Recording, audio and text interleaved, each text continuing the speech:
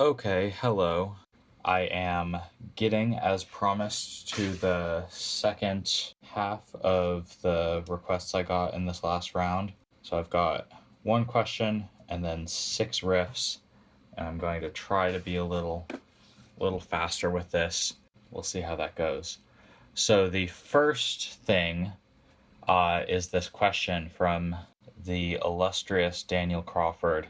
If you haven't checked out his YouTube channel, you definitely should. He has a lot of cool riff playthroughs and some lessons, and he has done the most with Meshuggah's harmony, their note choice in particular, of anyone that I think I've seen. So definitely worth checking that out. His question is, you often point out that rhythmic complexity is a source of heaviness. How far can you push complexity before the heaviness is inaccessible to the listener? Does this mean that for some experienced listeners, they can hear heaviness in music that's just chaos to others? Finally, could you provide a few examples of this kind of heaviness ordered by complexity so that your listeners can see where the line is for them? Thanks. This is an excellent question, and one that kind of gets at the heart of a lot of the stuff that I'm trying to do in my research. So, to give a little bit of background, the first academic article I published was this one about difficulty adds heaviness, and the idea was that there are all these things that contribute to when we judge something as being heavy. You know, people have written about guitar tone especially, and these kind of metaphors for size and weight. So music that's slower and lower, we tend to associate those sounds with bigger, heavier things. So there's this metaphorical link there. My argument was that there's also a role that rhythmic complexity can play in this, with the idea that you rhythms that are trickier, that it's harder to wrap your head around, feel conceptually bigger, and therefore they can feel heavier. And this is kind of just from personal experience. It's music that is too easy for me to wrap my head around, I often have trouble not taking it seriously, but it feels like if it's easy to conceptualize, to compartmentalize, it feels like it takes up less space in my brain. So there's that half of it, and then also linking to heaviness as a something that's associated with authenticity, which you can get at authenticity with rhythmic complexity too, in the sense that you can do kind of interesting new stuff, and that can feel like you're doing something that's really true to you, instead of borrowing rhythmic tricks that you kind of got passed down from other bands.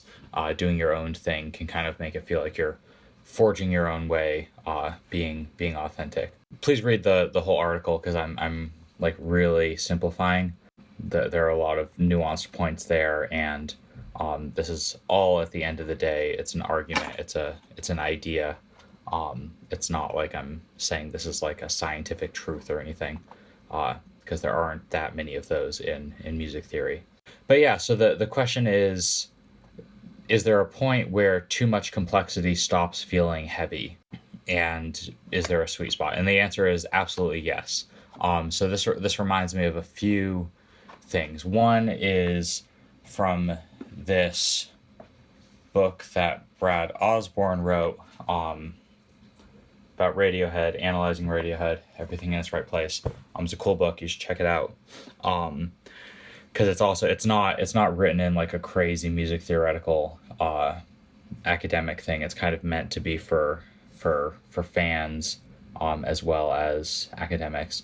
But one of his big points is that for what he says, that Radiohead is in this sweet spot of being complicated and conceptually difficult, but not so much so that it just sounds like noise to most people. So he talks about the Goldilocks effect, where and he does this for form, for harmony, for rhythm, where the idea is that a little bit of experimentation is exciting and fresh, and he says that's what Radiohead tends to do. They do these things that are kind of familiar, but they're just different enough that they're interesting and exciting, but they're not so experimental that they kind of shut most people out.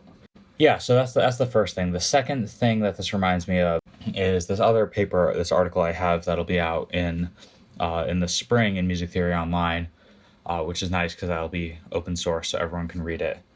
I talk about this idea of structural density, and part of what went into defining that is saying that it depends on the person. So I gave this example of like when I was first learning jazz guitar, there were some tunes like I think I give the example of Autumn Leaves, or it doesn't really, Body and Soul. It doesn't really matter which one. They were all like I couldn't remember the chords for these tunes. I couldn't remember the changes. Because it just like I didn't know anything about the style. I didn't know how stuff worked. But then as I like now, so at the time they were like kind of bewilderingly structurally dense. It felt like there was too much information happening too quickly. I didn't know what to do with it. Whereas now, after I've been playing jazz guitar for 7 years, I have a lot more familiarity with these patterns, these 2-5-1s, these common chord substitutions, these substituting a diminished seventh chord for a dominant, substituting the flat 7 dominant chord as like a borrowed minor or modal dominant chord from the minor, parallel minor mode, tritone substitutions, all these other things that make it so that I can kind of see and hear these changes as like a string of more common schemas, as opposed to just like not having any idea how to get from one chord to another, or why the piece was like that. So those are two things it reminds me of. I think this is, but both of those are kind of different because they're not necessarily specifically about rhythm or heaviness, although I think they're pretty related. With rhythm, yeah, there's absolutely something like this where I think if you have something that's really there's for everybody there are going to be rhythms that sound super simple, and for everyone there are going to be rhythms that you just like can't wrap your head around. It's like information overload. You can't figure out how things are related to each other. You can't figure out what the like you don't have them memorized. You haven't learned them. And I think for most people, you're absolutely right in this question that there is a sweet spot in between there where heaviness can be associated with rhythms that are just out of reach, like just at the edge of your comfort zone for what you're used to. So like, for example, like I had a much harder time with Meshuggah's rhythms when I was first starting to listen to them. And it was kind of, I think for a lot of people, it's like this, where it's just like, it feels random. It feels like the accents are just like going wherever. You have no idea what's going on.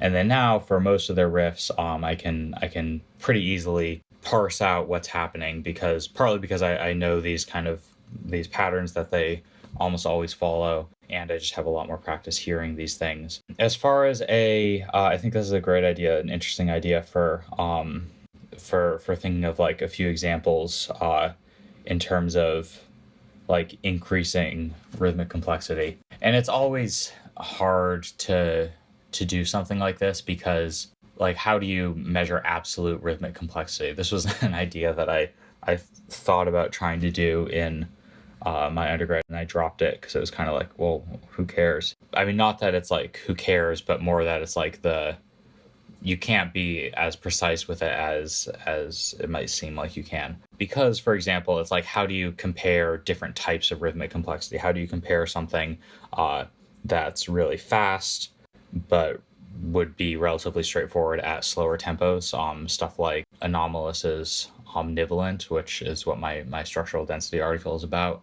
as opposed to stuff that is maybe like conceptually difficult and off the grid, like some of Carbomb stuff, but that might be not that hard to like feel with them. And so I just went down a little bit of a rabbit hole, which I think I'm going to delete, of trying to organize this by like type of rhythmic technique.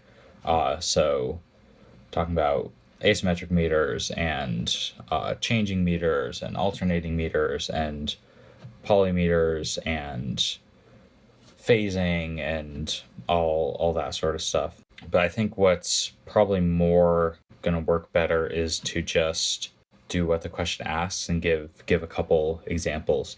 So maybe the first type of thing would be something where it's just like in an unusual meter, and it's just like pretty straightforward like that. Here's one where I think it's pretty clear what's going on. There's just like a little bit of changing stuff, but it's all clearly on a beat. Yeah, so here's something. I'm just kind of looking through like stuff that I've gotten from Bandcamp recently. So this is from the new Knocked Loose EP.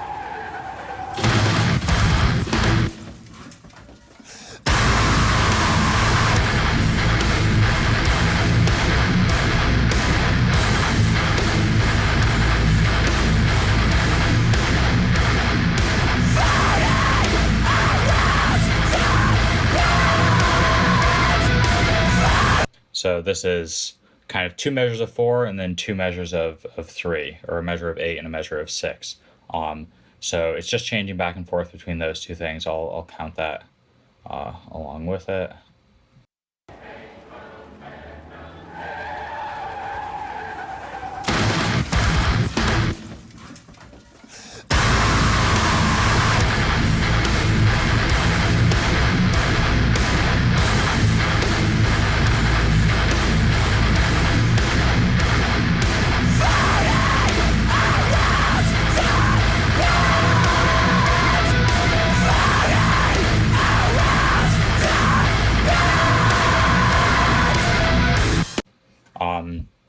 So that's like kind of maybe a basic level for stuff that's in a different meter. So that's like changing meter and some unusual meters, if you want to count that as like a measure of 14. So yeah, there's that. I think stuff gets a little more complicated when you layer different meters. So for a lot of people, I think Meshuggah is a good example of that. Yeah, so like, I mean, what Meshuggah song should I play? Any of them, really.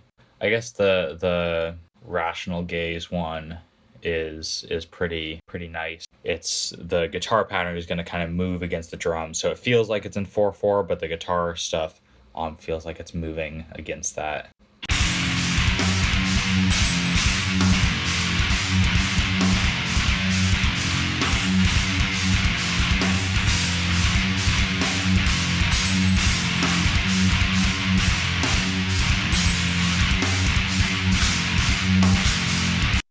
And then you get the, like, even if you kind of figure out what the guitar pattern is, it changes every once in a while to line it back up with the drums.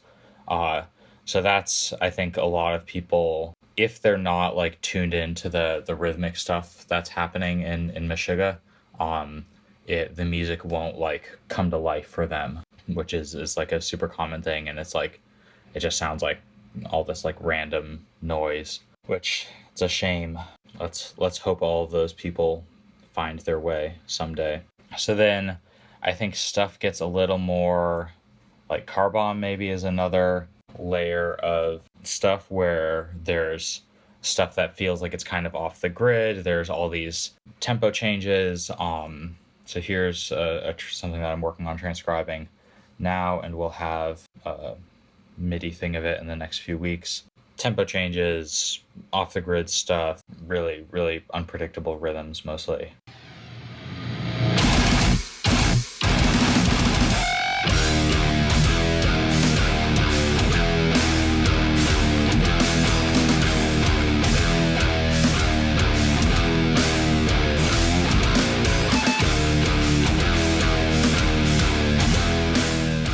So it's hard to feel how the drums and the guitars fit together. If you're not like really clued in, a lot of these tempo changes will feel kind of random. There's not really any easy 4/4 for you to grab onto like there is in Meshuggah. So that's that. And then I think for me, stuff like the Dillinger Escape Plan, there's stuff that's pretty like it's really fast, and it's a lot of it's really elastic and kind of off the grid. It's just like really hard to get any sort of the rhythmic or formal footing. Here's something like that.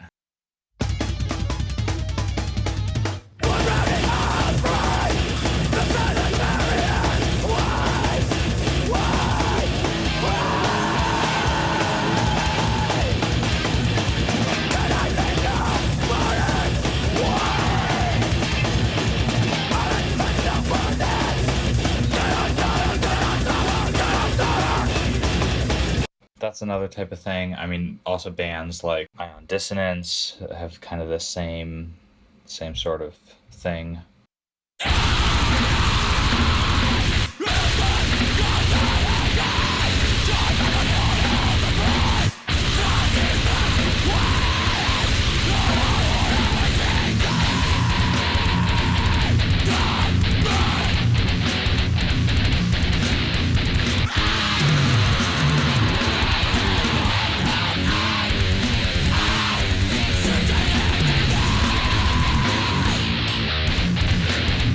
So this is maybe a little groovier than some of that Dillinger Escape Plan stuff. And like for all these bands, it's all often like little patches of really chaotic stuff with patches of fast but more common stuff. Yeah, maybe we'll take it outside of metal.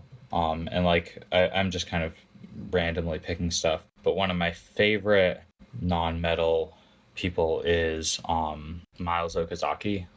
He's this jazz guitarist, but he does some really cool stuff with rhythm, and I highly recommend.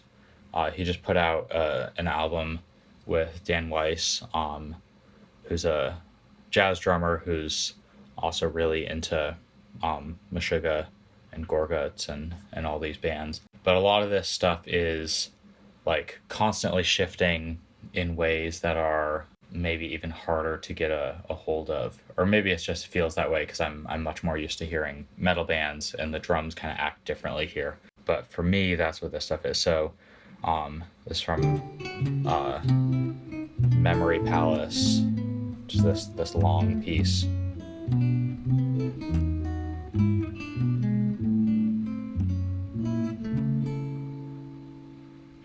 So that's like this sick polyrhythm, and he's playing all that on one guitar. So he's playing this bass line. I don't know exactly what the things are, but it's something like you have two unrelated numbers, and you're subdividing some span of time into that amount and playing rhythmic patterns, kind of like a poly tempo.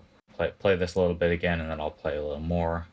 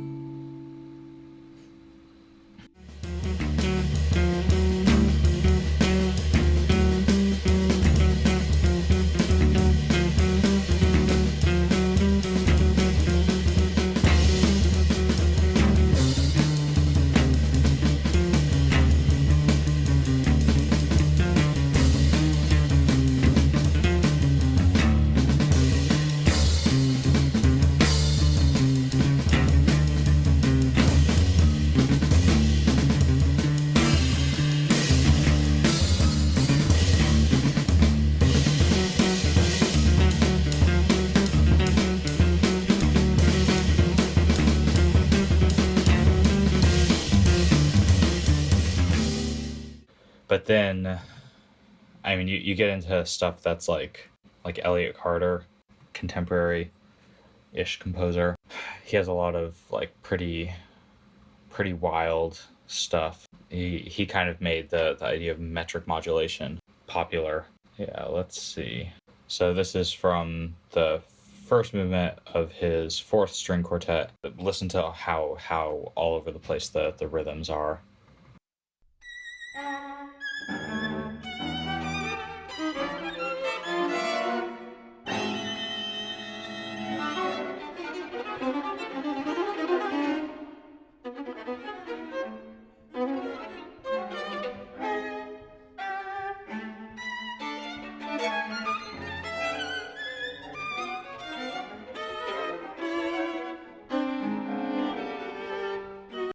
So there's that, and then I mean, maybe I'll stop there. But there's this whole, even outside of metal, there's this whole can of worms. With like the really complicated rhythmic stuff, Stockhausen and Yanis Xenakis, and new complexity stuff, Milton Babbitt, and these other composers, like hypermodernist composers. And I think maybe I should finish this question, which has already spent way more time on it than I meant to. Rhythm doesn't just exist in a vacuum. So timbre and harmony and form and everything else will all play into how complicated we feel like a rhythm is. Because, like, I know for me, I have a much harder time sticking to rhythms when I'm not hearing guitars, just because like I'm used to hearing guitars, and especially when I'm not hearing drums. And jazz rhythmic feels are completely different than metal rhythmic feels. And so, like, yeah, lack of familiarity with that stuff. And then also, like, if the harmonic information is also overwhelming, like I think it is in the string quartet, it can make everything feel more overwhelming. You don't process things all differently. You hear one thing and all the aspects of it affect the other aspects. So yeah, great question, really interesting question. Something that I'm still thinking about a lot, and I'll be talking about in like all of my academic work probably, because I think it also brings up this really interesting thing, like critique of a lot of music theory, which is this idea that music theorists explain the way things are. But one of the things that I'm kind of trying to get at in a lot of my work, so like the Carbon paper and this MTO article that's coming out in the spring about Anomalous and the other ones, is that music is different for people, and sometimes in really substantial ways, and sometimes it's not just a question of, sometimes like the most like nuanced interpretation of something isn't or the most like logical interpretation of something isn't the one that matters the most, because that might not be how most people hear it.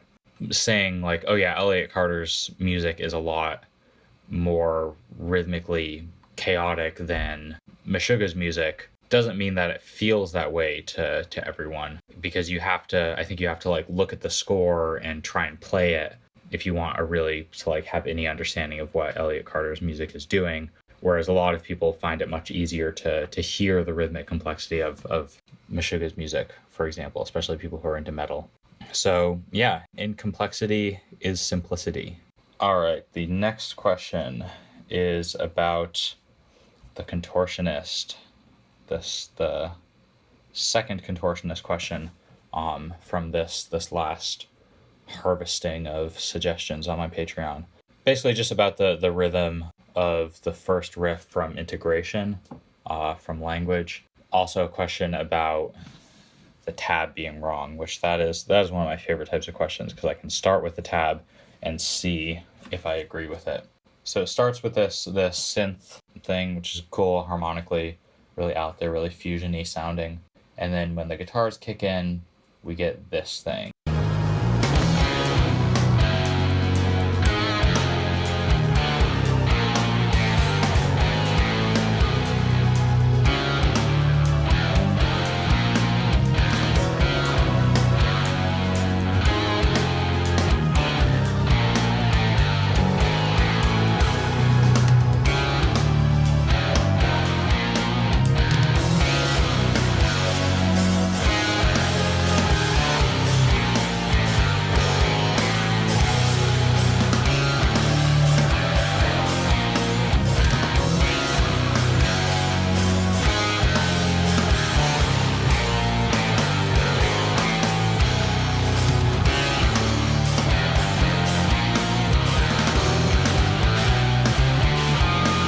And that's kind of a different thing. So a couple things you can hear already. There's a clear grid, there's a clear pulse behind this, and I think it's even lining up metrically with some 4/4 stuff in the big picture. Let's check that out. So I'm going to count meters on this hand and count beats on this hand. So it'll be like 1, 2, 3, 4, 1, 2, 3, 4, like that. And this is something I do a lot, especially when I'm listening to Meshuggah things. There's also this way where you can do it with your fingers like this. I think that's a little harder to see, so I'm just going to do it like this. But yeah.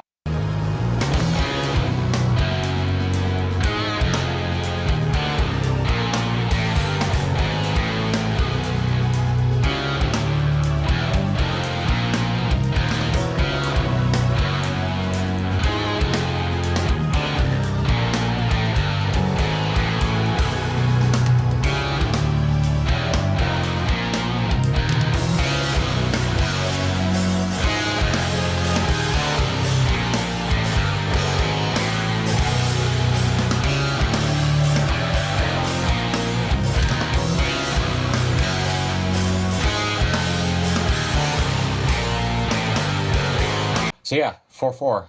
Let's see what the tab says. So, and part of what I could hear is that there's that snare hit on beat 3 almost all the time. There's a few big downbeats where it lands on the start of a measure of 4/4. Not always on like the hypermetric things, not like every 16 beats, but at least every 8 or 6. So there were some that were on, I think there's a big one on like 6 measures in, and then 6 measures after that. So let's see what this tab says and whether we agree with it. So first thing I'm seeing is that this is not in 4/4, which maybe that'll make sense when we listen to the guitar part, but I think that does hide some layer of this. So this is alternating between measures of 5/4 and 7/4. Okay, so the rhythms are repeating within these measures of 5/4 and 7/4, which that seems like a good reason to write it like this, if this keeps going like this. So we have like 8th, dotted 8th, quarter tied to a 16th, 8th tied to a half note, and that's like, so this string of rhythms, just looking at the rhythms, not the pitches, seems like it's the same in all of these measures of 5/4. Big if true. And then this same idea for these 7/4 measures. So we have 3 plus, so counting in numbers of 16th notes, 3 plus 7 plus 2 plus 2 plus 4 plus 5 plus 2 plus 3. Seems like this first one starts the 16th note early. We have this like grace note pickup. That doesn't really change stuff. And then looking at this other stuff, we have, what are the pitches doing? So this looks like this is the same as this, and then that happens again. Yeah, same thing here. And that would actually gel with what I was hearing, where so I said every 6 measures of 4/4 there was a it felt like there was a downbeat, whereas this would be equivalent, right? So 24 beats is the same thing as 6 measures of 4/4. So if there's a downbeat here, that seems like what I was hearing. So let's go in and hear, let's fact check this, which will be a little time consuming, but we must be thorough. So I'm going to mark up the transcribe file as I often do, so putting the tick marks up here so I can navigate easily. Let me just listen to it and see if the pitch is all right.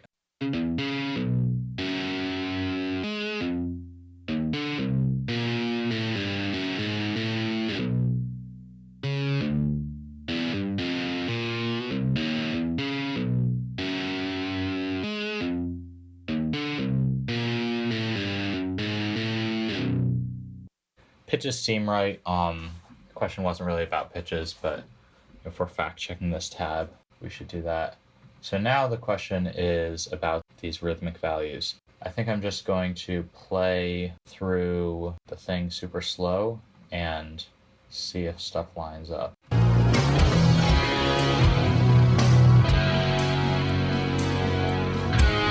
That seems right. So it should be, I'll probably play it a little slower so I can count along. Based on this, it should be 2 plus 3 plus 5 plus 10 16th notes, which I think is what I heard.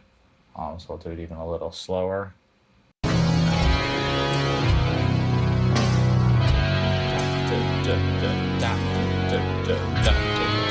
So that's the 16th note.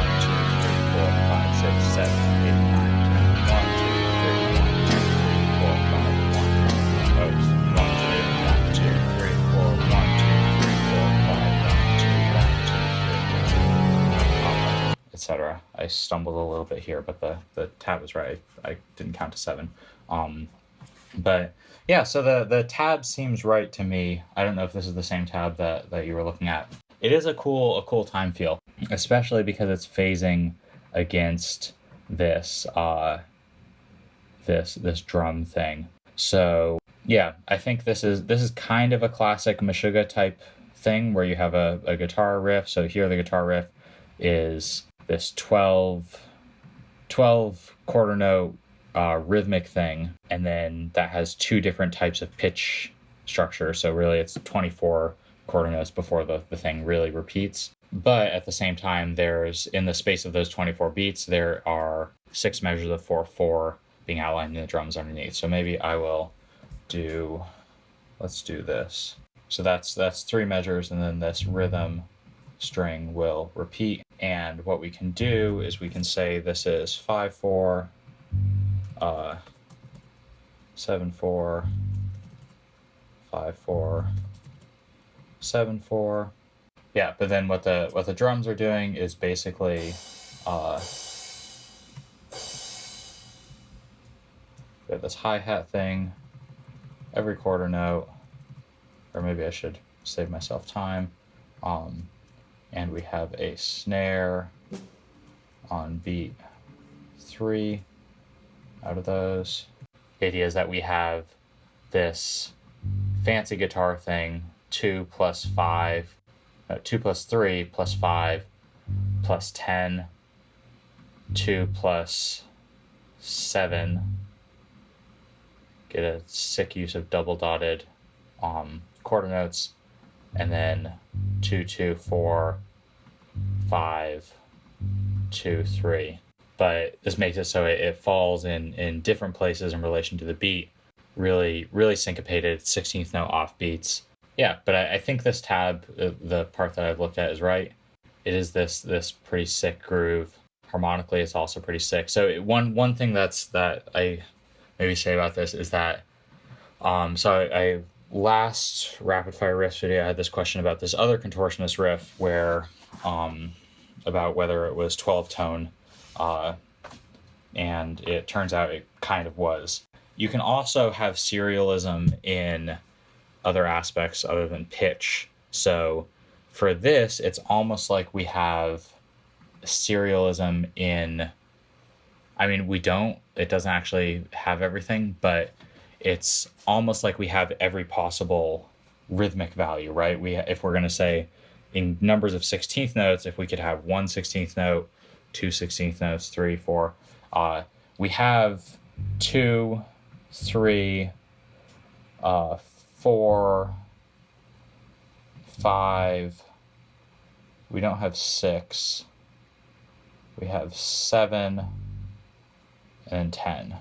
So, I mean, we're missing 6, 8, and 9, and 1, unless you count this grace note thing at the start. But it seems like that is maybe one of the things that's a little tricky about this, tricky and cool, is that we're getting, instead of just like getting a couple of the same rhythmic values, it seems like each note kind of has a different one. And just for fun, let's check briefly if this seems to complete the aggregate. Let me see if I can do this in my head. So this is scaling up, I'm going to write it down, but I'm not going to get my iPad out, so sorry, you won't be able to see this. So this is more 12-tony than the clairvoyant riff, right? Because we get all 12 pitches without repeating any in a row like this. So I'm quicker reading from tabs than from staff notation, especially when it's all these ledger lines below. So just pretend this is in standard tuning. But if it is, we get, and even though it's not, it just move everything down by half step, it's still the same. The first 12 pitches we get we don't repeat any of the pitches of the chromatic scale, and we get all 12. So F, D, C, G, A, F sharp, E, E flat, C sharp, B, B flat, A flat. So that's all 12. And then the second set of things does the same thing. Different order for the pitches, but it is also 12 pitches, and we get each member of the chromatic scale exactly once. Yeah. So in conclusion about this cool riff, the tab is right as far as I listened. There are some cool things later where the drums kind of stop giving that steady background thing, but it's the same. The underlying structure is the same, and the notes change a little and everything. But yeah, so it's this repeating 12-note rhythmic pattern or 24-note rhythm and pitch pattern. Drums are doing 4/4 underneath, so it's 6 measures of 4/4. That leads to a lot of really cool granular syncopations where you have 16th notes just offset from the beat by a 16th note either before or after. And it seems a little like it's serial in the rhythmic domain, in the sense that we get a bunch of different types of note values. So we get 1 16th note, 2 16th notes, 3, 5, 10, 7, 4, and those are all of them. But it is actually completely 12-tony in the pitch domain, so we get all 12 pitches in the first 12 notes, and then we get all 12 pitches again in a different order in the second 12 notes, and that keeps repeating. And this sounds a little more 12-tony to me. It's more angular. So I wonder if that is also playing into how cool this feels. Is the rhythms are very angular. They turn on a dime. They're all different distances from each other, and the pitches are kind of doing the same thing. They're moving all around in pitch space, touching all these different points. And yeah, I'm just checking for like non-retrogradable rhythms or any other cool patterns. I don't think I see anything obvious. If I miss something, please let me know. But yeah, cool. That is two out of 7 things done that I was trying to get done today. I'm going to keep going. I'm sorry if I go faster for these other ones. So this next one is from Martyr, the relatively underground but very cool tech death band. Their music isn't on Spotify, so go check them out on Bandcamp for sure. They have some really cool stuff. One of many Quebecois death metal bands that are worth your time. What a hotbed for death metal, especially technical death metal. Somebody pointed out in the last one that the First Fragment album from Quebec, which they're a tech death band from Quebec, which is like this really fun, like kind of power metal, tech death, groovy, swinging experience. Go check it out. Band is First Fragment. The album is Gloire Éternelle, Eternal Glory. So, yet another Quebecois death metal band. Let's listen to the riff. Somebody tabbed it, And the way this tab is set up, it looks a little bit like it might be an official one. But let me see.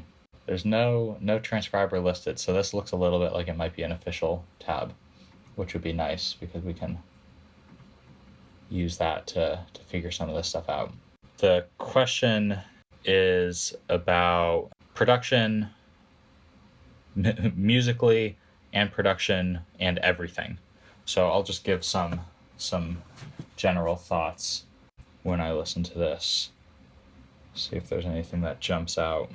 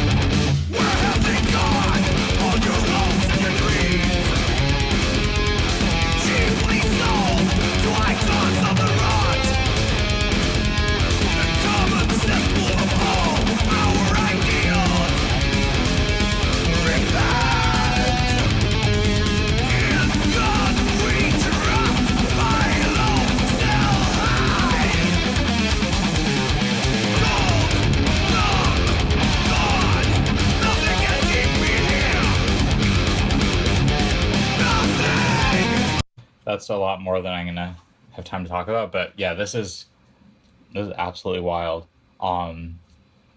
Very, very cool.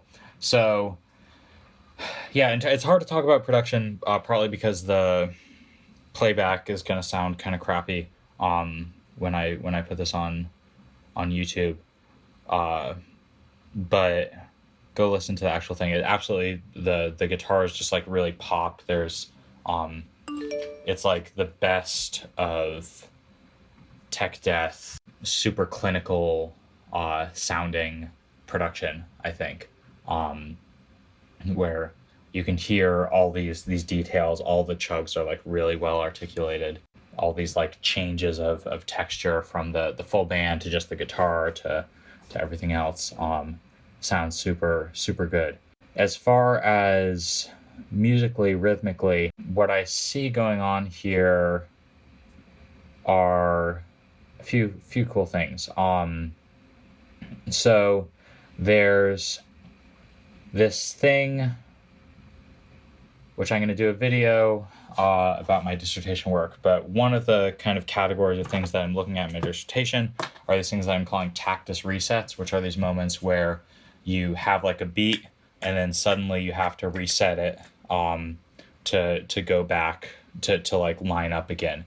And that happens when you change suddenly and quickly between something with like an eighth note pulse and then a 16th note pulse, an all odd number of 16th notes. So that happens here, for example. We have this 2 measures of 7/8, which we could probably even hear as a measure of I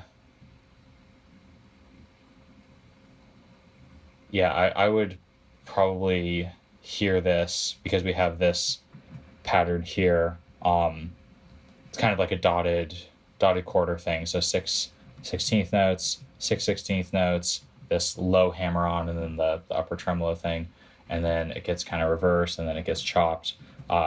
So we're probably hearing maybe eighth notes, maybe even larger, the dotted quarter note thing. But then that gets interrupted here where we have 13 16th notes. So we might be going, so this would be a slow version.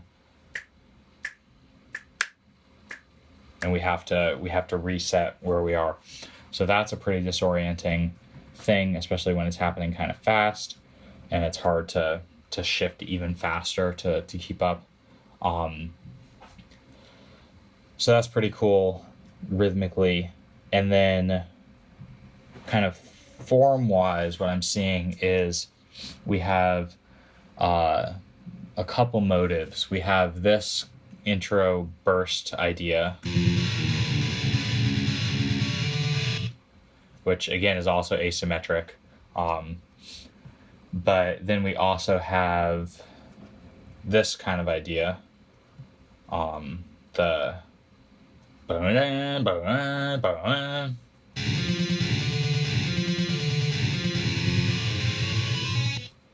they get mixed a lot. So these first few riffs are mixing and matching these riffs or these little motives and putting them in different categories. So we have this, well, let's call this the hammer-on riff, and let's call this, or the hammer-on motive, and call this the burst motive. So even in this first little repeated riff, we have the hammer-on motive, then the burst idea with these super crunchy chords, and then hammer-on idea, burst, and then this is kind of a different take on the burst idea. Then we have this other thing. I think this is a different type of thing in this section, and but it only shows up a little bit. So maybe this is kind of like, we can call this like a transitional type of thing. This is kind of burst-like, where we have these low chugs and then these little bit longer chords, or fuller chords up top, and then a completely different feel for these bursts where we change change tempo only 14 measures in, and it gets fleshed out a little. We get more stuff in the bottom, we get longer chords up top.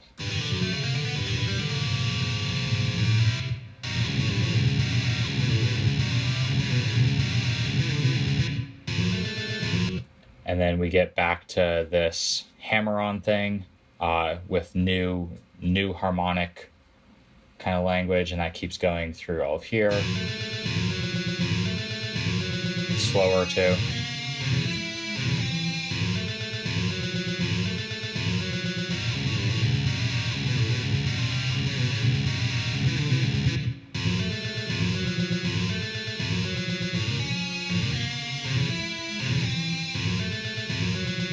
There's something broken in the Guitar Pro playback here. Because this doesn't have a close repeat, and I don't think that actually repeats. But yeah, so there are different endings for this thing, different harmonic things. Kind of familiar tech death sort of structure where you have these like the ABAC kind of riffs where you have A and you get one type of ending, and then you get A again, and then you get a different ending. Then in this one we get another one, we get A a third time, and then looks like this is the same as the first ending, yeah, except it's extended even longer. And then we go into something else, so another version of that hammer-on idea. Super crunchy, dissonant, and then this kind of all over the fretboard slidey transitional thing that we heard briefly before. And then back to this new tempo version of the burst idea, now with more of these hammer-on slide, crawling all over the fretboard ideas.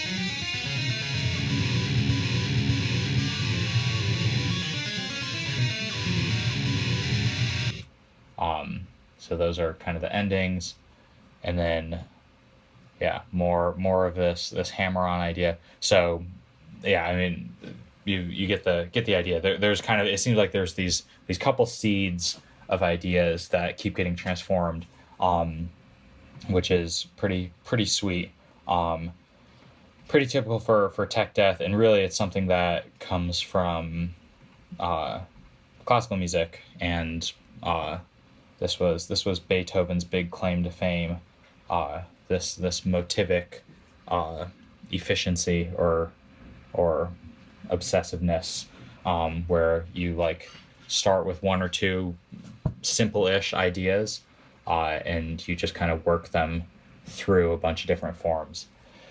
Another thing that's cool about this is it's very structurally dense, and this ties again into that article that I mentioned that's coming out in the spring about Anomalous, where we switch between different ideas very quickly, and there's not a whole lot in terms of like easy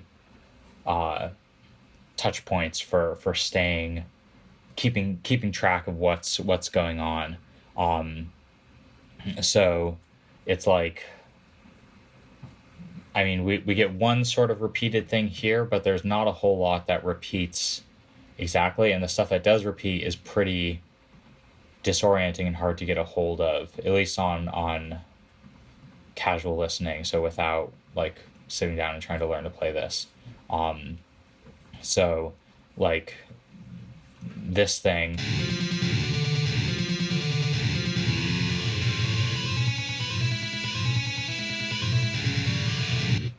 it feels like this is kind of a solid thing, like a but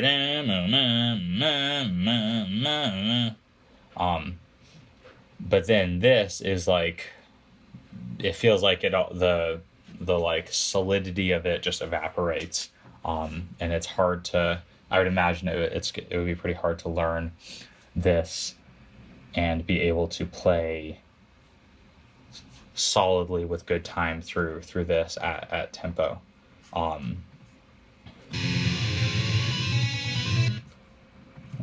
Let's loop that.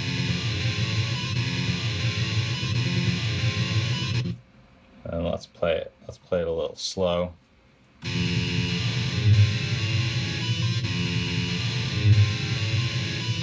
So maybe not the worst thing in the world. Da da da ba dum ba dum ba da da da da da da da da da da da. Yeah, so it's like 3 plus 3 plus 3 plus 4, or 3 plus 3 plus 3 plus 2 plus 2. But doing that at 140 BPM, that's right around the threshold where 16th notes start becoming really fast, and kind of blurry.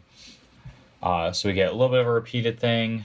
Like nothing is ever really standing still long enough for us to get comfortable with it. As soon as we hear this twice, we're on to something else. And then we kind of get something a little more stable sounding all the way over here. This chunk, because this big chunk is all kind of metrically stable too. But then we get different sort of stuff. So new material. And then it kind of settles in a little more. I'm just like looking at like metrically how stuff is going. Yeah. So I think that's like an interesting thing to keep track of in tech death, is like how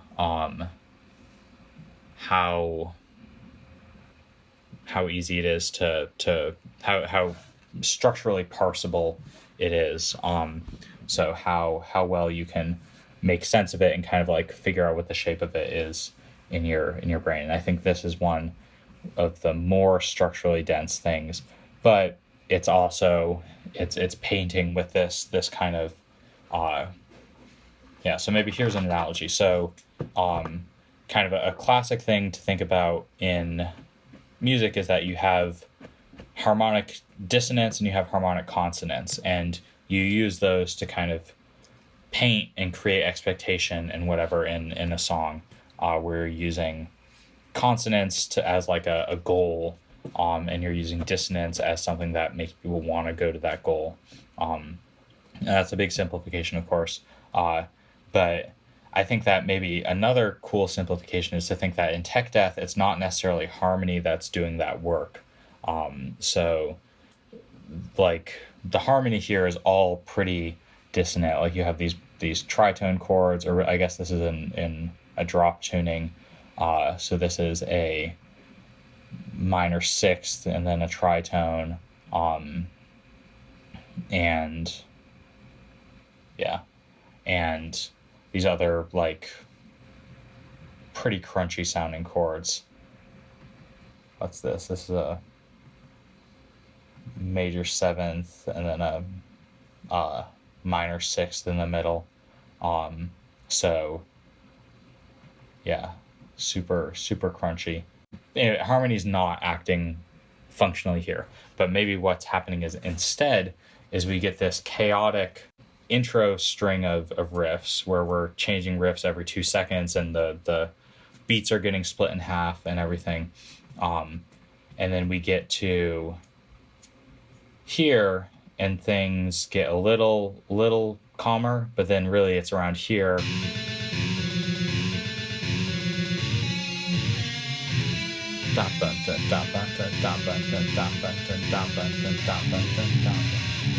Yeah, it kind of settles in. So still dissonant, and I wasn't even looking at the other guitar track here, but yeah, so these are, so it's not super consonant or it's not constant at all, because it's this half step difference between the two guitar parts.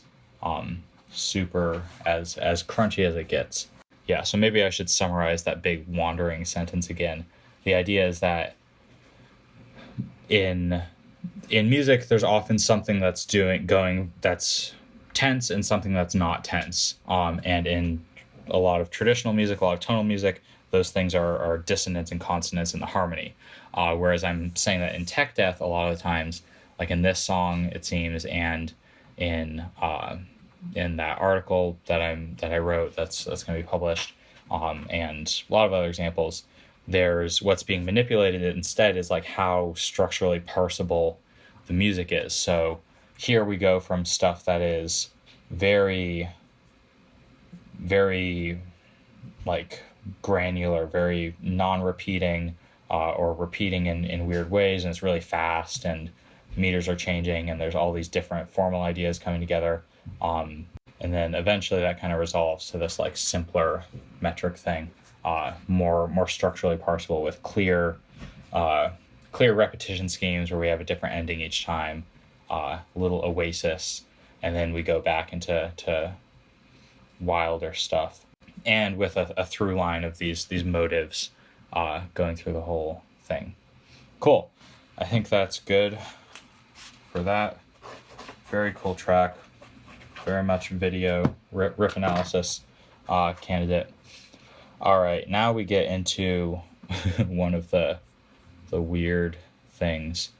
So moving on, we have a request about Operate by Guerilla Toss. This was one of the requests from one of the guys in Rat Punch, this cool mathy, grindy spazcore band from Tennessee. They just put out a new album last month, which is very good. Check it out. So yeah, questions about this rhythmically disorienting cuckoo clock, and I mean there's a lot going on here. I'll try to talk a little bit about it.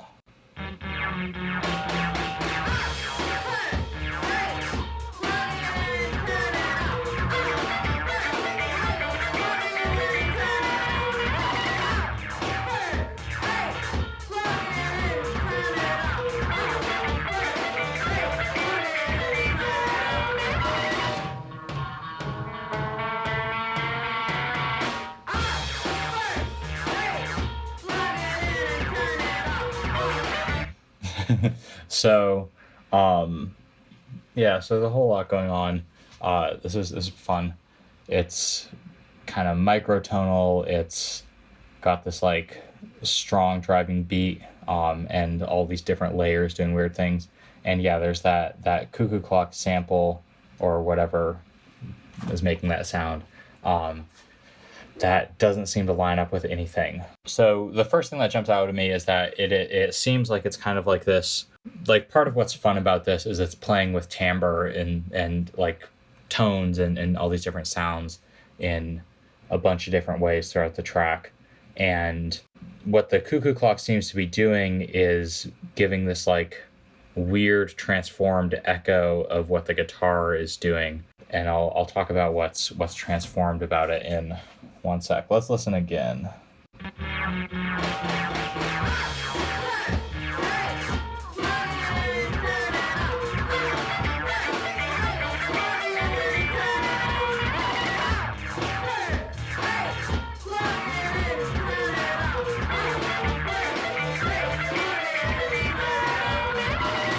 So let's just talk about that guitar part first. So what's happening is it is going, and let's throw this into old Do Rico. So this kind of feels like it's in 4/4, but there seems to be some information to the contrary. So let's see what the drums are doing first.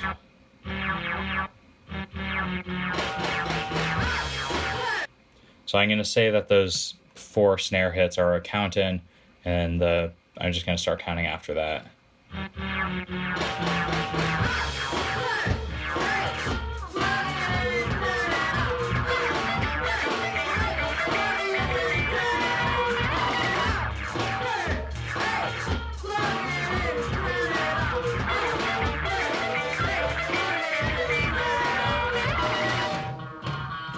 So drums are mostly going kick, snare, and then so they do this first time. It's not even staying still. I think it's like this.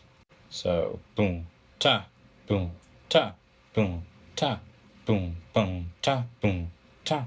So we get this other thing. It doesn't really change the thing. It just means that the snare comes on this offbeat instead of on the onbeat.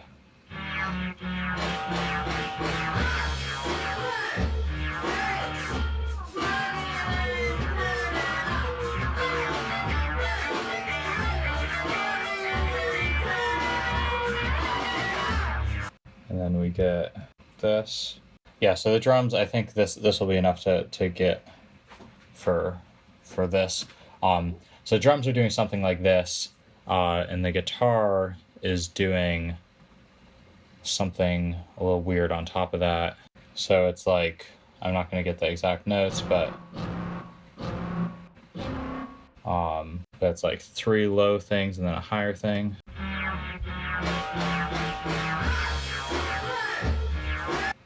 So I'm just trying to get the like contour of the guitar part. I'm not bothering to get the actual pitches right now.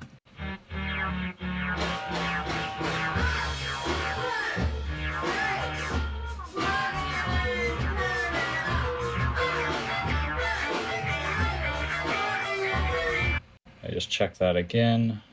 3, 4.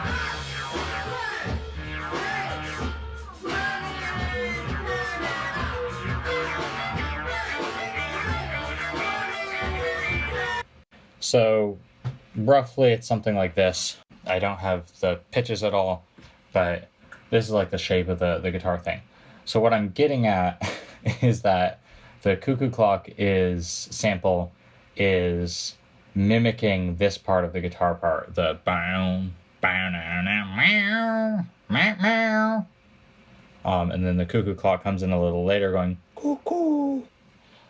But it's out of time, it's a different pitch, it's a different timbre. So let's see like kind of where that happens in rhythmic space. And this is pretty disorienting like on its own. The first time the guitar part is roughly like bow, bow, bow.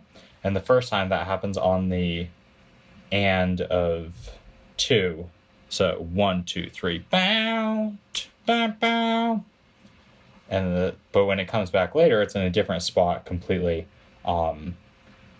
If we keep counting this 4/4, which I guess we can, I'm not sure. Maybe we can break the meter here. But either way, it comes an eighth note before the snare drum, as opposed to an eighth note after. So here it's an eighth note after the snare drum. Here it's an eighth note before. So it's a different spot in the rhythm, which makes it hard to lock on to. Like it makes it so you have to choose: am I going to listen to the drums or am I going to listen to the guitar? So there's that, and then let's get this cuckoo clock thing.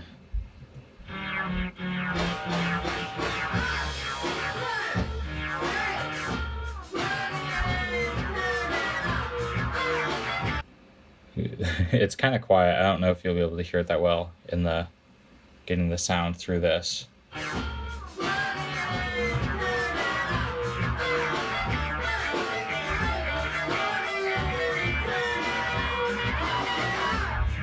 Yeah, so it comes like a little after this, like the guitar thing is kind of like a weird little echo. And I think that it's happening, it's like on the 16th note thing, so it's bam bam bam bam 1 2 3 4 ow ow ow ow. One of those two. Either the second one lands on the second beat or it lands a 16th note before the beat. Let's listen again.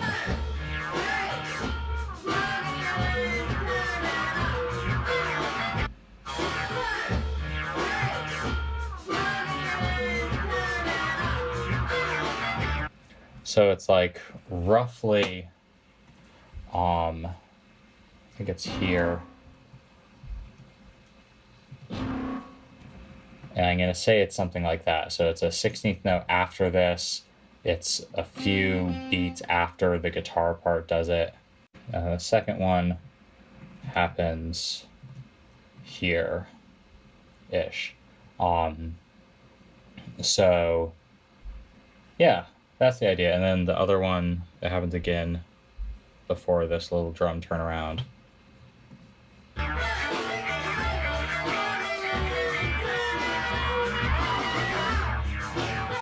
Yeah, and then after that, it's right at the start of this, and then at the downbeat of this. So that's might as well. That's kind of what's happening rhythmically here, and I think this repeats, but. Yeah, so again, none of these pitches are right. I didn't get all the cymbals, or I didn't get any of the cymbals for the drums, but this cuckoo clock thing is loosely on this 16th note offbeat, and it seems like a loose echo of this guitar thing. And I guess it comes the same. No, it doesn't even come the same amount of time after this double guitar thing. First time it comes like 3-ish eighth notes after. The second time it comes more quickly after. So yeah, all these layers moving against each other, kind of mimicking each other. Yeah, it sounds kind of like mocking to me. Like the clock is like to the guitar part. But maybe that's just me. I mean, the whole thing of this sounds kind of like grimy, punky, noisy, kind of sacrilegious take on rock music, which is cool. Super cool.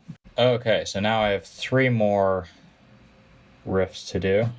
I think I can do it. I've got like an hour before I have to leave. I can do 3 riffs in an hour. Yeah, right.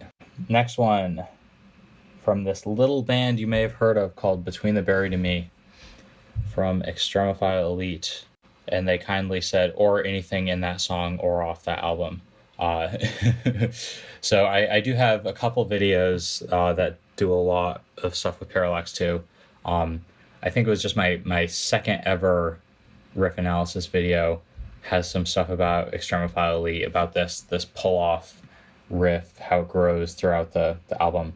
But I'll talk about this counterpoint part because I haven't thought a whole lot about it. And there is some interesting stuff here. So this is one that I kind of prepared a little ahead of time because I wanted to brush up my playing for this section. So I have, as I always do when I'm talking about Between the Buried and Me stuff, I have my trusty tab book. So I'm getting all this stuff from the transcription that Paul put together. It's funny, it says all their middle names. Did you know that Blake Richardson's real first name is Cartland? That's kind of funny. Music by Daniel Hanford Briggs, Cartland Blake Richardson, Thomas Giles Rogers, Paul Andrew Wagner, and Robert Dustin Waring. So I guess Dusty's lying about his first name too.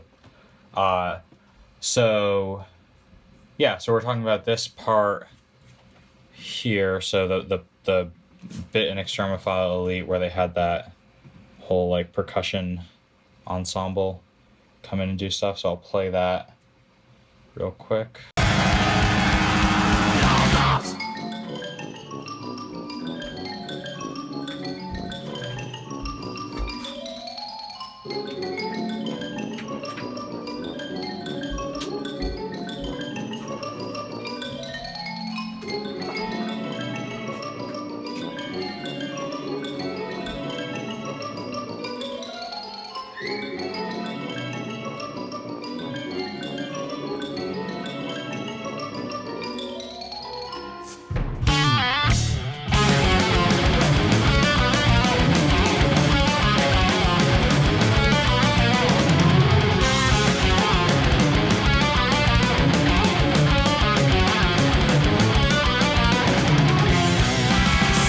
Then we get a little interruption thing, so that like circus music troupe ensemble thing gets picked up in the guitar riff right after, and then we get this other little quick thing, and then we get that same riff again with a different drum feel after that.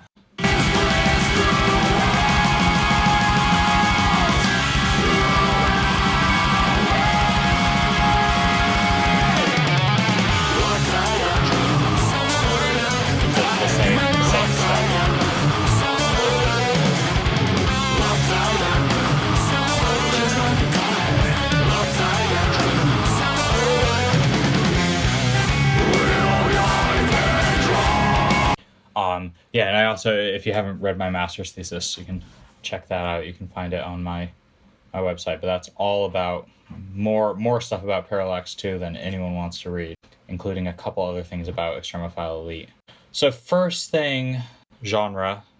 This is like this typical thing for them is mixing in these other genres.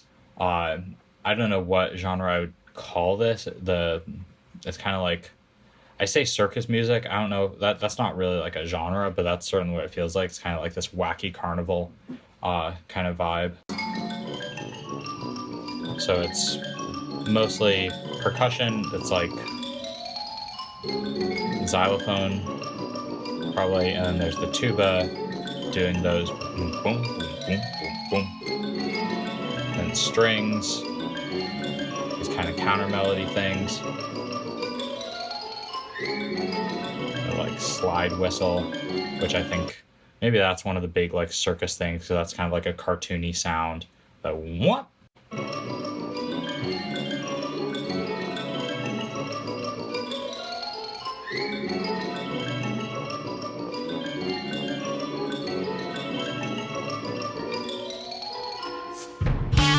And then those like little the fish things, you scrape them, Guerilla, and then the big like bass drum hit. Yeah, I definitely do not have time to transcribe those like counter melody things. So there's like that strings counter melody, or roughly. But the xylophone thing is what comes back in the guitar after. So that's what I'm looking at on here. This match these Guitar Pro tabs that are up match the official tab book pretty closely, for the most part. So yeah, we're talking, and that they don't have this middle part transcribed. The band doesn't have it transcribed. They don't have a score for that in their tab book either, which is a shame. So the guitars come back in after. We get the little pan entry thing. So one guitar plays that, then the other guitar plays just down an octave, and then we jump into this stuff. So the basic structure of this, that we have this main part goes like this.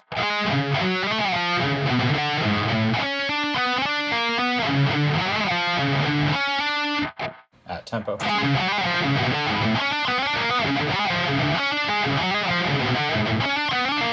And then we get these little ending things that are different each time. So this part here, which they're harmonized with each other, or no, I guess, sorry, the first one is up here.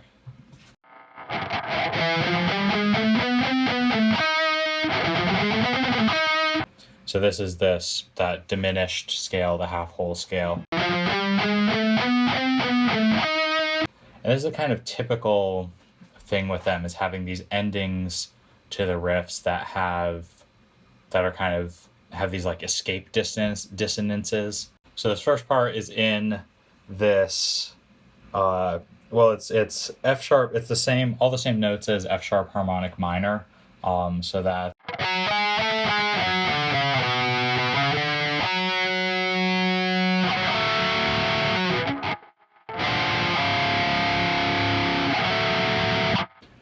those kind of sounds, but really I think it makes more sense to say that this is centered on the fifth scale degree of that, so the fifth mode of harmonic minor, which is also known as the Phrygian dominant scale. So that is this, so we kind of have this Phrygian sound, but then we have a augmented second between here.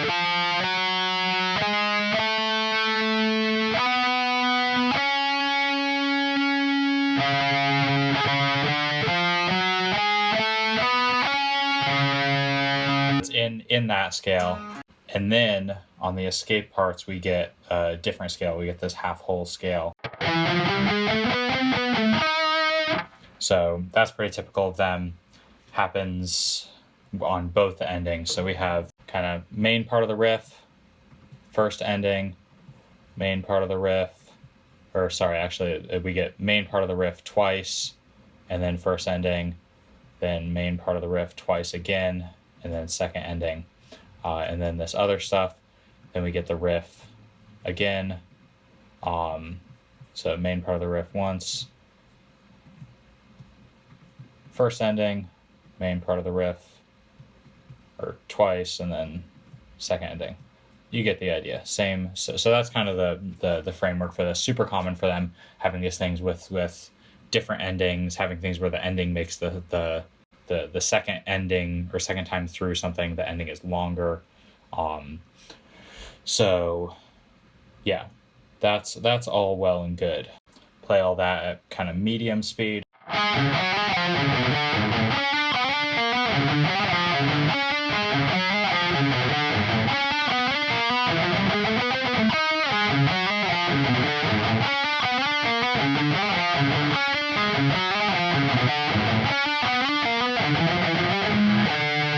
It's a really fun riff to play with all these like slides and stuff that makes it sound kind of cool. The other thing that is cool about this is, I think it's pretty safe to say that this is a take on this, the same opening theme from Extremophile Elite. So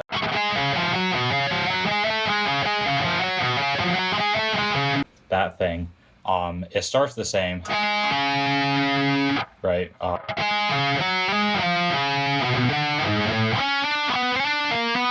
And then it kind of gets away from it. It expands on it. So instead of, we have an extra thing. So that's cool. As with all of Between the Buried and Me stuff, it's all connected to other stuff, again, with that motivic consistency type stuff. I guess the last thing I'll say about this is there's some cool compound melody implications here, where it sounds like, even though there's just one guitar, both the guitars are playing the same thing, there's just one guitar part throughout this, it sounds like there's kind of more than one thing happening, because there are these big leaps in the texture. So this sounds like, it's like, if we were really gonna go into this, it would sound like we have kind of like a lower voice that does this stuff, or maybe even there's two voices there. So we have a middle voice, and then a lower voice, and then a higher voice, and then back to the middle voice, higher, middle, lower, higher, and then middle voice. So there's kind of it's broken up in octaves in a few cool ways. Or I mean, in this cool way that makes it sound like there's more than one kind of thing happening, even though it's the same melody. Oh yeah, the other thing cool thing I was gonna point out, we have this little slide thing, which I think, remember I mentioned that slide whistle thing? I think that kind of ties in with that, like this cross instrument thing, these smooth slides. That's kind of like a generative idea in this passage. So we have this, we get this other slide up here, kind of the same thing actually. So first it's, and then we get another slide up here, and then we get it faster here, like that. So that's super fun. I don't know. I think that's some stuff about this. I have like an endless supply of Between the Bird and Me videos I could do. I'm trying to like take it easy, but I think it's going to be time for another one. I've got plenty of stuff about Parallax 2, plenty more stuff about colors. I need to do something about Great Misdirect at some point. And I have a video where I'm going to talk about or try to see if I can get everything that comes back from colors in Colors 2. So that'll be fun. And that might be the next Between the Bird and Me video I do sometime in the winter or spring next year. So let's I'm just gonna try and play through this because it's rare that I get a riff request. That's something that I actually have learned to play before. So I'll just do that for fun.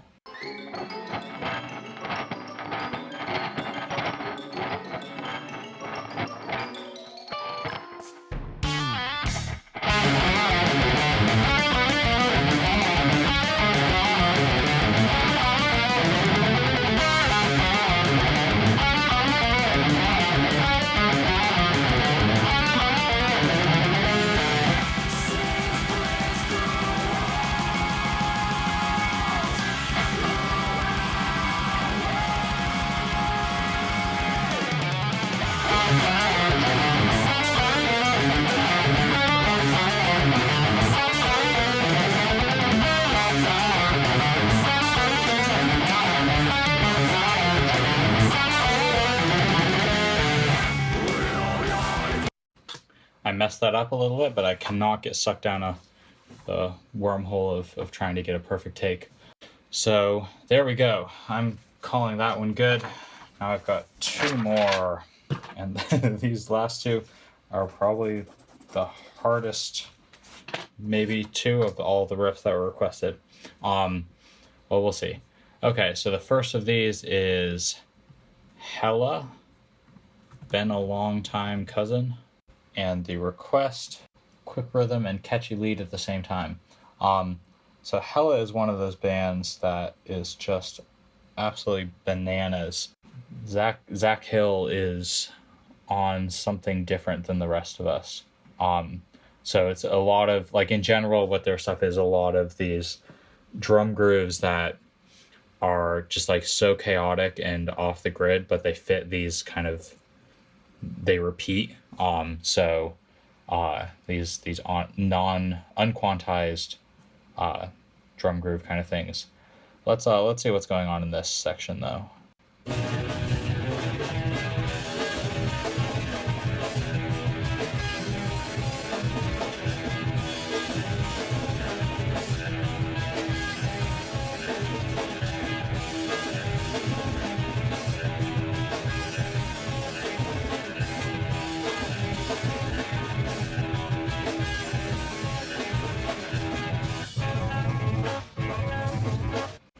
There's some quote that I remember from somewhere. It was a jazz musician. I think it was Ornette Coleman. Said that when the band is playing with the drummer, that's rock and roll, and when the drummer is playing with the band, that's jazz. And by that definition, this is certainly more like jazz. In the sense that the guitar seems to be the real timekeeper here, and the drums are just all over the place, filling in these spaces. But it does seem like there's a steady pulse through this. It does seem like there is a repeating pattern. Let me listen again.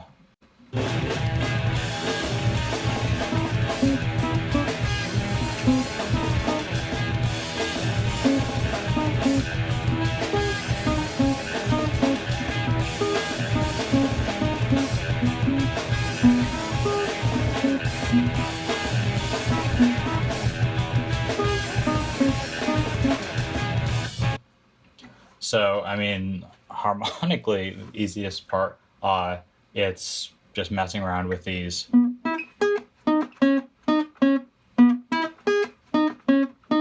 So this is a B major, or no, E major chord, starting on 5, 5, 1, 3, and then so 7, 6, 7, 6 in this chord.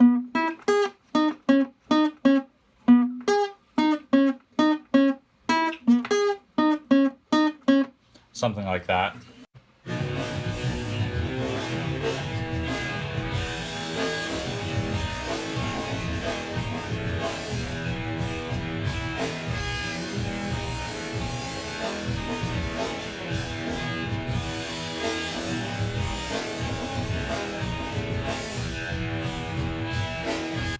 I'm just gonna say it starts like this.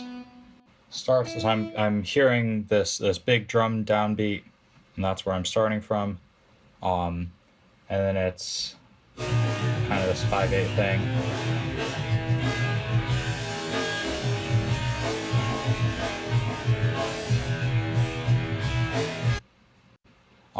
And then so maybe I should even just do it like that. And then measure of 7, 8. This is the one that starts from B. And then let's call this 7, 8 again. Or let's just do a measure of 2, 8. Who cares?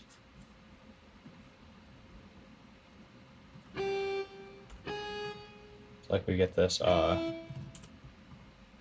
it E major. And then maybe we repeat if I'm lucky.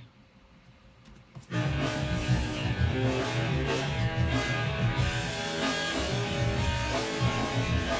2, 1, 2, 3, 1, 2, 3, down, down, down. Oh, sorry, there's another one of these in there. Let's try that again.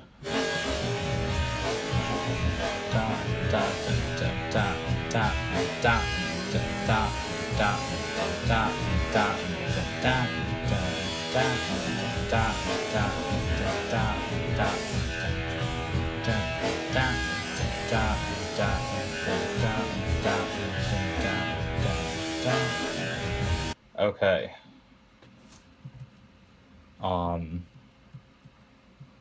So that's the gist. That's the rhythmic thing that's happening.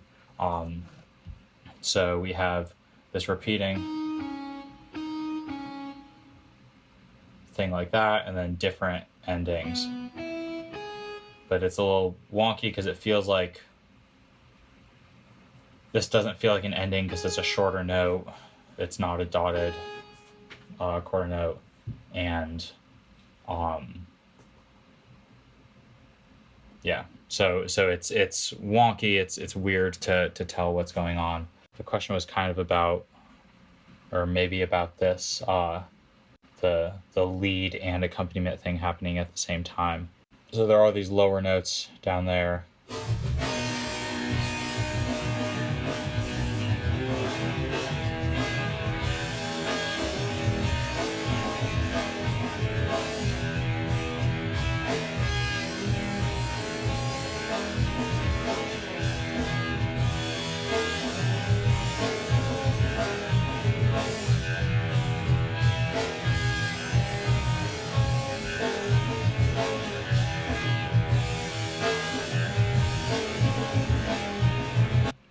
So it's definitely two separate guitar parts.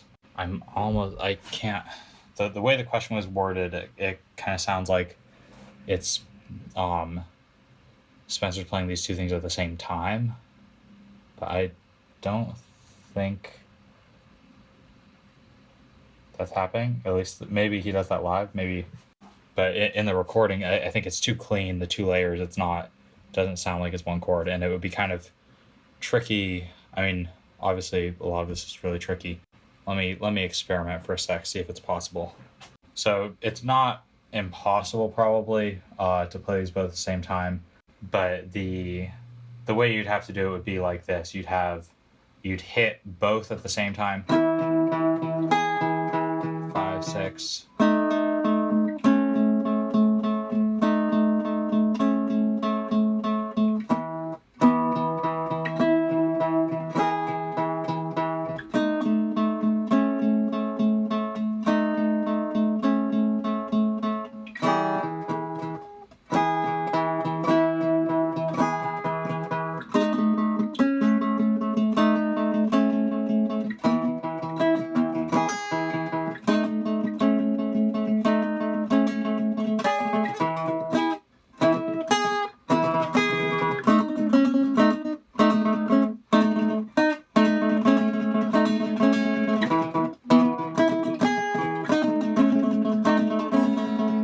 Yeah, the tricky part is just not strumming both the strings. But yeah, I guess that's definitely doable. I don't even know if that was part of the question, or that was intended to be part of the question. But yeah, super cool. And of course, because it's so fast, as I say all the time, it gets really hard to track these 16th notes here. So at slower speeds, we can hear that it's 1 2 1 2 3 1 2 1 2 3 1 2 1 2 3 1 2 2 1 2 3 1 2 1 2 3 1 2 1 2 1 2 1 2 1 2 3 1 2 1 2 3 1 2 1 2 3, with all the tremolo picking in the bottom. But when it's fast like this,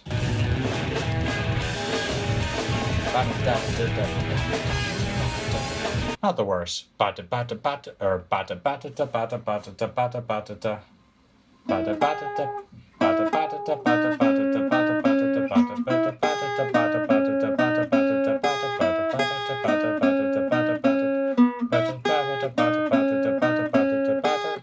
So that's there. I said something about that riff. Okay. 6 out of 7 done for today.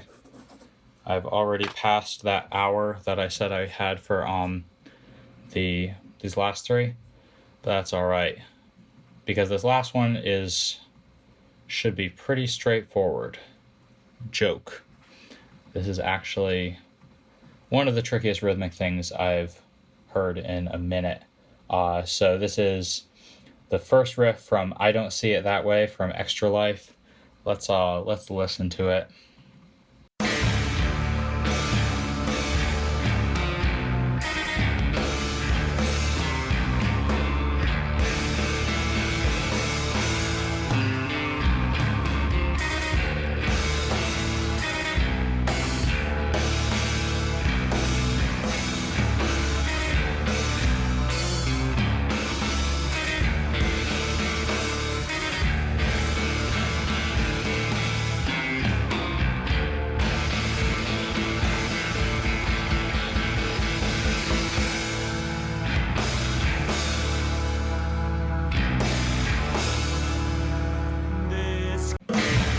So there, good luck to me. And I don't have forever to spend on this. I think this is gonna, this is too insane to not make a full video about someday. And I only have about 15 more minutes to spend on stuff today, before I have to go. And I do not want to do another day of filming for this. So I'm gonna do what I can. So there's some sort of tuplet stuff going on. There's some sort of, I'm not sure where the beat is going on. There is possibly some irrational meter stuff going on. Just pulling up the question. And then there's also this question about a tempo around 112 BPM, which makes it seem to the person who asked this question that there is maybe some sort of grid. So 112 is this.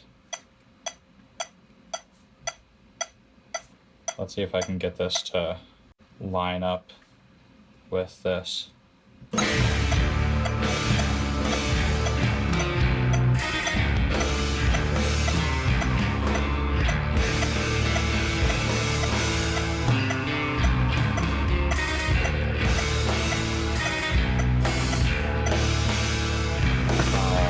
Not sure if that, I'm not hearing anything there. I might need to, let me just try without the metronome on.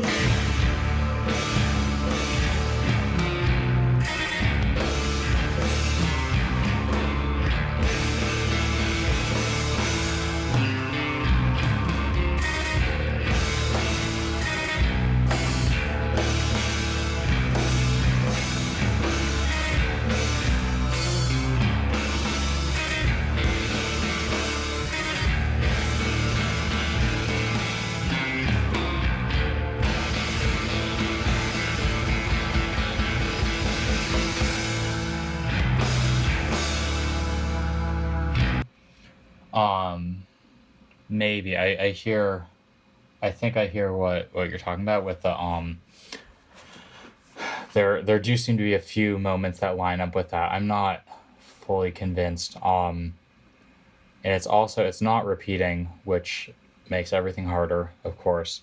So a lot of these requests I like start by saying, well, so this one, it has a grid and it has this repeating thing, and that's kind of like normally enough to get going. Even if those are kind of tricky to figure out.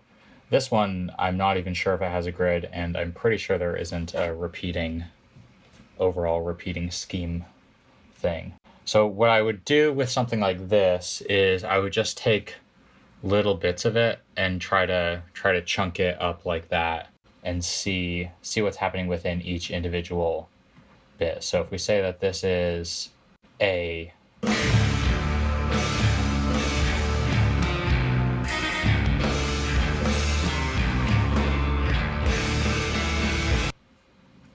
I don't even know where to draw the first line.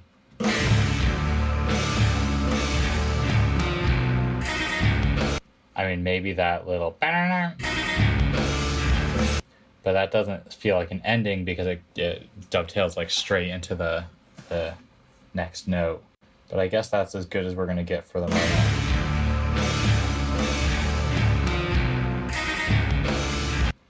So what's happening in this first one?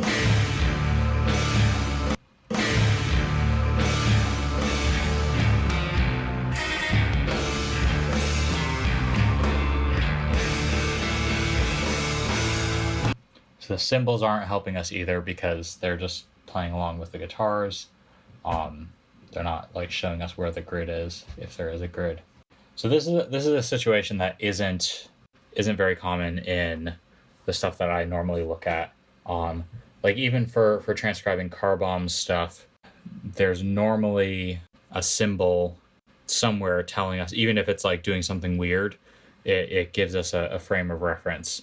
So big picture doesn't seem to be working here because none of these, so symbols, repeating patterns, grid, none of those things are obvious right now. And the difficulty of trying to get into this with tuplets without a frame of reference is you don't know what's a tuplet of what and what's the beat. Let me listen a few more times.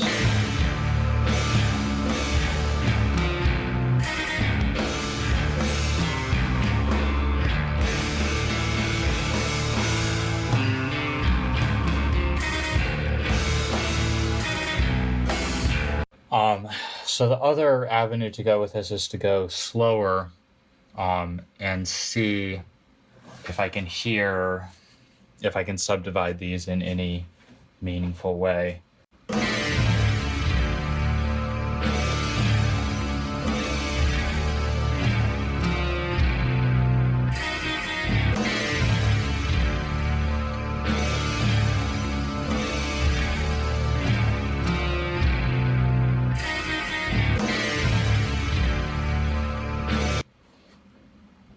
I mean, like, can do.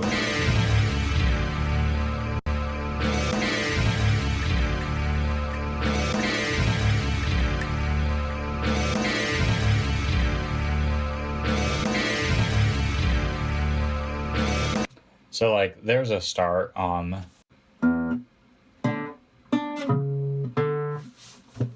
So this first one, we can say.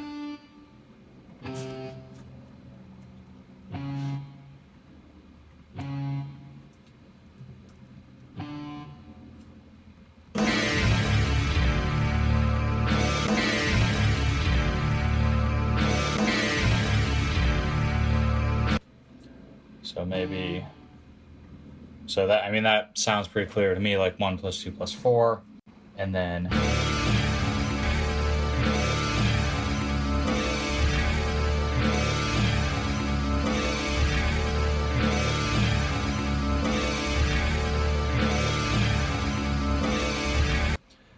that is like, so you're probably thinking, well, that's fine, but those two parts aren't at the same tempo. Yeah, exactly. That's what's a little tricky. But I think doing it like this, getting at least the proportions of the different rhythms, the different notes, will help, and then we can eventually, like, this is like the super brute force way to do this. We can figure out, so like this first part.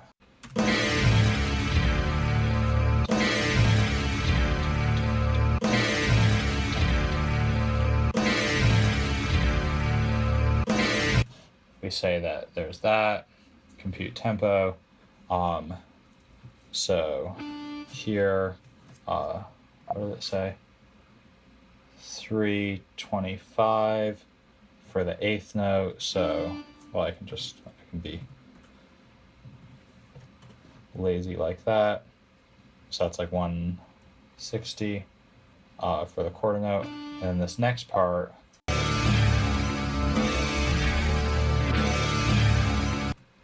is here, and that is going to be quarter notes,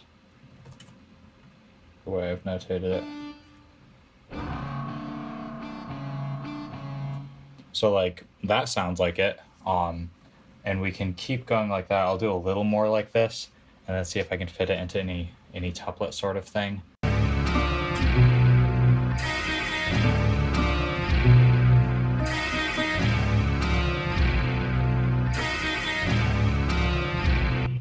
So that's something like dot a quarter, that's D. These notes might not be right. These pitches.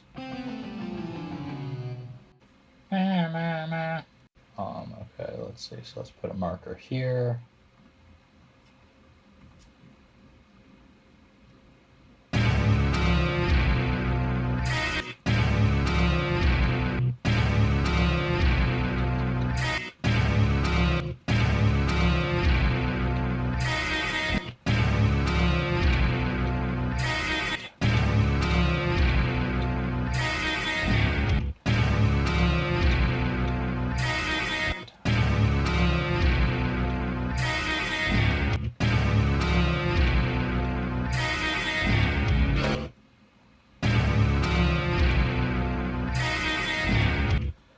No, so it's actually, I think it's more like just this.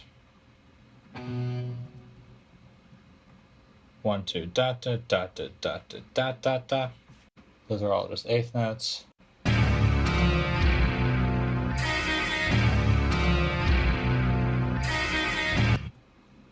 Let's see what we got for tempo. 8th note at 426.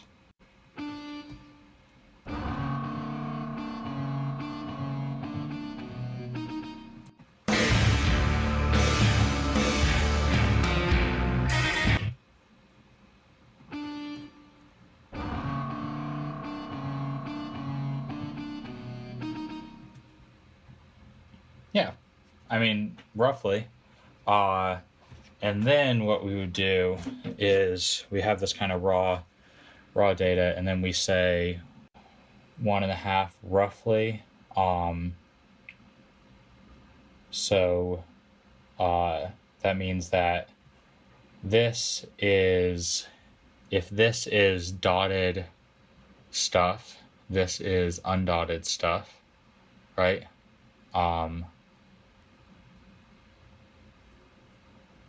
And then this is almost the same actually. So basically what I'm saying, maybe I'll back up. 325 divided by 218 is this. So this means that let's do some, let me just do some dimensional analysis to make sure I'm not messing up, although it's no guarantee. It means that this first thing is triplets. So yeah, I think if we were going to write this out, I hope I'm not jumping the gun here, but this, it is pretty weird. It would mean that we have, if these are triplets in relation to the beat of the rest of this, and I don't even know how this all stacks up with the rest of it. I'm saying that these two are like close enough to each other that we can say that this is roughly the same. So let's see if I can hear that from here to here.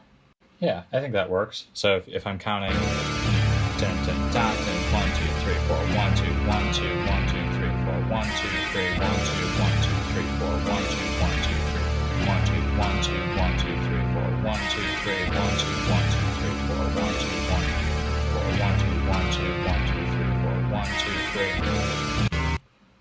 It's roughly, it's steady tempo. That makes sense through here. It's just relating this other stuff to it. And the thing is that we have 3 of these beats in the space of 2 of these beats, which means that these are triplets. And it means that if we're gonna, well, we could do this 2 ways. We could say that this is just the 8th note and that these are all dotted in relation to it, which should actually work fine, and maybe that would be the simplest. Okay, so I think I had a factor wrong, so let's try this out.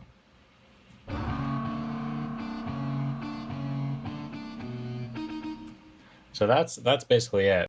This is kind of a weird way to think about it. I think the more natural, but the kind of more notationally tricky version is to do something like this. Quarter note is like 215, which what I got from before.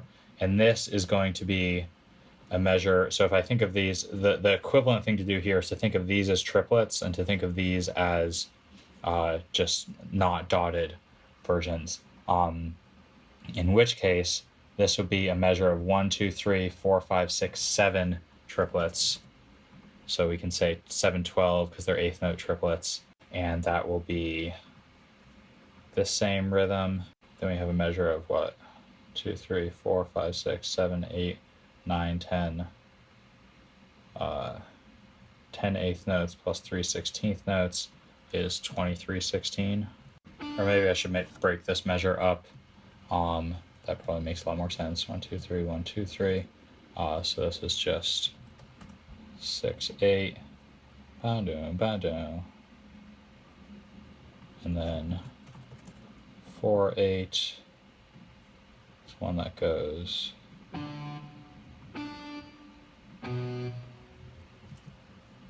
like that. And then we get this 3/16 measure that just does this.